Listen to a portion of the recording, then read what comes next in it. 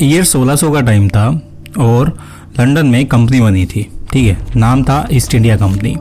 शुरू हुई थी एक छोटी सी दुकान और व्यापार का इरादा लेके आए थे इंडिया में, लेकिन दिल में कुछ चोरी करने का ख्वाब था और यहीं से तुम्हारा सौदा करने से लेके आपका पूरा देश हथियाने तक काफ़ी सारे खेल चले। तो एक कहानी है उस कंपनी की जो भारत पर 250 साल तक राज करके गई है और हुकूमत की थी इन लोगों ने पूरी। राज एक अलग चीज़ होती है और हुकूमत होती है कि मतलब तुम हर चीज़ को ताक दाव पर लगा दो और तुम अपना इंटरेस्ट साधने के लिए कुछ भी करो। भारत उस समय दुनिया का सबसे अमीर देशों में से एक था। मसाले, कपड़े, सोना सब कुछ था यहाँ। इस धन को देखकर ईस्ट इंडिया कंपनी ने यहाँ पे कदम रखा सूरत के समुद्री किनारों पर। उनका कहना था हम व्यापारी हैं, लेकिन असली एजेंडा था जहाँ मौका मिले वहाँ राज जमा दिया। 1612 में सर थॉमस रो मुगल दरबार में पहुँचे, जहांगीर से इजाज़त मांगी और व्यापार करने की। सूरत, बॉम्बे, मद्रास, कलकत्ता हर जगह ट्रेडिंग पोस्ट बन गए। लेकिन ये ट्रेडिंग पोस्ट असली नहीं थे, असल में किले थे, अंग्रेज़ों के सपने पूरे करने के टूल्स।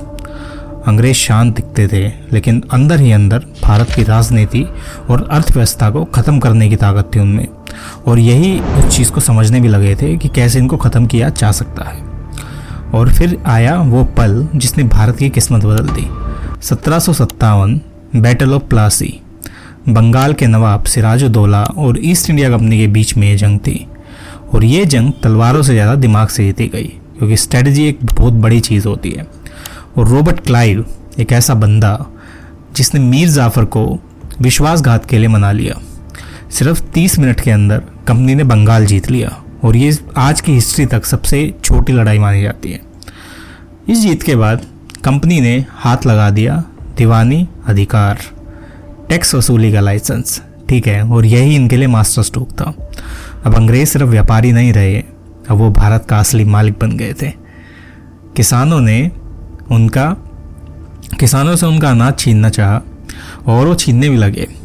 कारीगर अपने हाथों से बना कपड़ा सिर्फ अंग्रेज़ों के लिए बनाते थे और वो अनाज के बदले उसको बेच आते थे, क्योंकि ज़रूरतें ही पूरी नहीं हो रही थी। और जो ब्रिटिश शिप्स थे वो यहाँ से चीज़ें ढोए जा रहे थे यूरोप में और वहाँ पे महंगे दामों पर जाके बेचते थे। भारत के लोग गरीब होते गए, लेकिन ब्रिटेन धनी बन गया। और ये था एक प्लान्ड इकोनॉमिक ट्रेन, एक ऐसी लूट जो बिना तलवारों के चल रही थी, जहाँ ब्रिटिश गवर्नमेंट ने कंपनी को फुल सपोर्ट दिया इंडिया को एक बाज़ार समझकर और इंडिया को बर्बाद करने के लिए। पर हर जुल्म का एक अंत होता है। 1857 में एक ज्वाला भड़की, मंगल पांडे ने पहला वार किया। रानी लक्ष्मीबाई, तात्या टोपे, बहादुर शाह जफर, इन सब लोगों ने भी कंपनी के खिलाफ आवाज़ उठाई।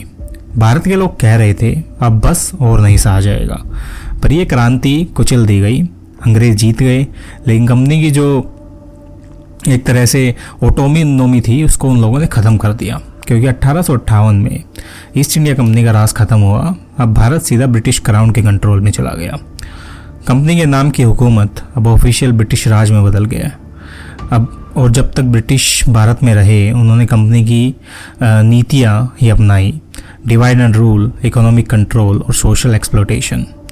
ईस्ट इंडिया कंपनी चली गई थी, पर उसका शेडो पूरा ब्रिटिश राज में छा गया था। मतलब ब्रिटिश राज में वही लोग करते थे जो कंपनी कर रही थी। जब कंपनी आई थी तो भारत का जीडीपी दुनिया का 25% था, जब चली गई तो 3% से कम रह गया।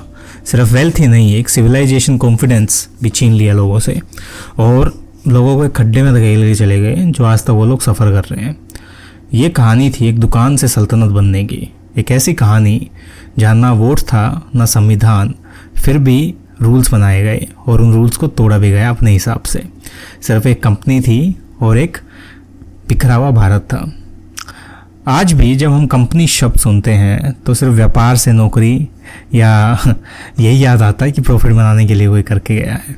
पर कभी सोचिए, कंपनी फिर से ताकत अगर ऐसी पा गई तो फिर वो क्या उत्पात मचा सकती है। आज के टाइम पे तुम सोच के देखो, जो मॉडर्न स्लेवरीज हैं, गूगल, माइक्रोसॉफ्ट वगैरह जैसी कंपनियां हैं, जो सोशल मीडिया के जाल में यूथ को फंसा दिया इन लोगों ने, तो एक तरह की मॉडर्न स्लेवरी तो है, और क्या है।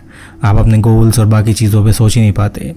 और लोग आज भी ब्रिटिश यूके जाने के लिए मरते हैं, लेकिन उन्हें इतिहास नहीं पता कि यही वो अंग्रेज थे जिन्होंने हमें ख़त्म किया था। और अगर आज वो ये नहीं आए होते यहाँ पे, तो इंडिया इतना संपन्न होता कि लोग यूके यूएस से यहाँ आते, ना कि लोगों को जाना पड़ता। तो ये वेस्ट की स्ट्रेटजी थी जो लोगों को ख़त्म करने की एक दिशा थी। मिलते हैं नेक्स्ट वीडियो में। अगर तुम्हें अच्छी लगी वीडियोस तो सब्सक्राइब कर लो चैनल। मिलते हैं नेक्स्ट वीडियो में।